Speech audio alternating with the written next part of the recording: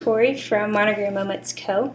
And I'm going to show you how to do our designing for our prints. I'm also going to do a video on how to do the second part too.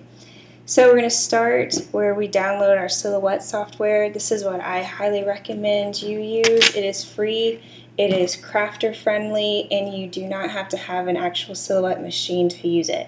So I've gone to their website, silhouetteamerica.com, and I'm going to go to this right side and click Update Software.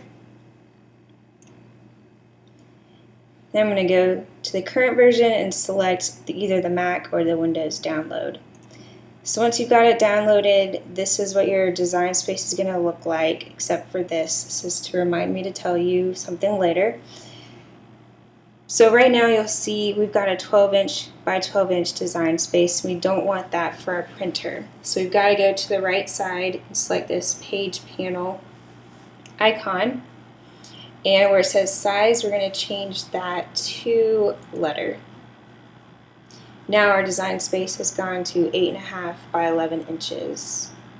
And we also want to click that show print border. You have that new line. This is where the printer wants you to stop putting your stuff, so you don't want anything to go past these lines. I keep it even further away from this just to be on the safe side, so I don't waste paper in case my printer has even smaller margins than what my Silhouette is telling me. So at this point we are ready to add our image that we have bought from either my Etsy store or another place that you found it. Also, please be aware of copyright issues. I allow you to just pay for the one-time download, and you can use that for personal use or commercial use, but some are not as lenient as that. So I'm going to go to open, and once you do buy it from Etsy, you're going to get your image in a zip file, and once you open the zip file, you will get this. So I open that, and here's my apple. So right now if I click on it, it is telling me that it is 8.3 inches long by 7 inches wide.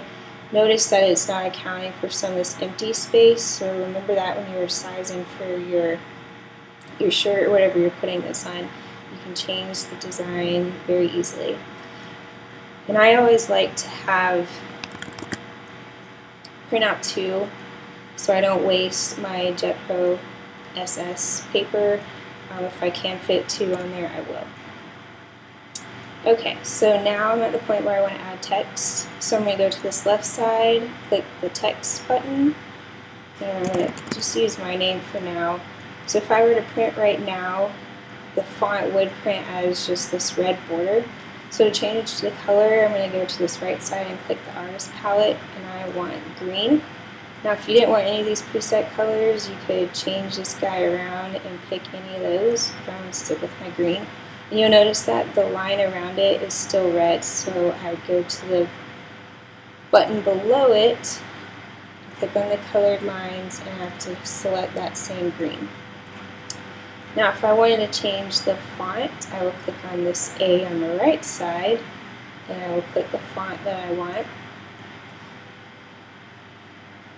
And I like that placement there. Now I get a lot of my fonts from dafont.com, DAFONT.com. You have to, if you download any, you have to close your Silhouette Studio and then reopen it after you've downloaded one, and then it'll show up. So I'm almost ready to print. At this point, since I'm going to be printing in the JetPro SS for white shirts or light colored shirts, that's pretty much all I use.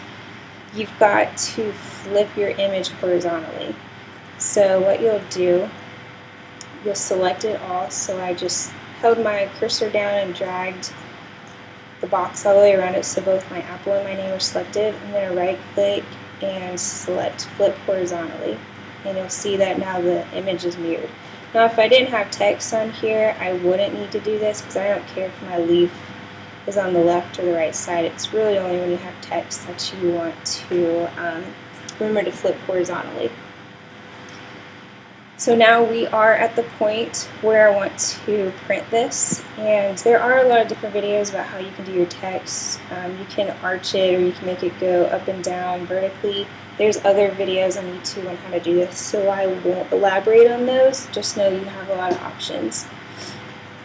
So from this point, I would go to File and Print. And yours is probably going to show up for the first time as setting your default settings. We want to change that to fine printing on plain paper because we want the best quality that we can have when we print these. And then from here you just select print, and that is all that there is to it. And the next step is to show you actually printing it out, cutting it, and with scissors. I just cut with scissors, and then putting it on the shirt. So stay tuned for that. Thanks guys.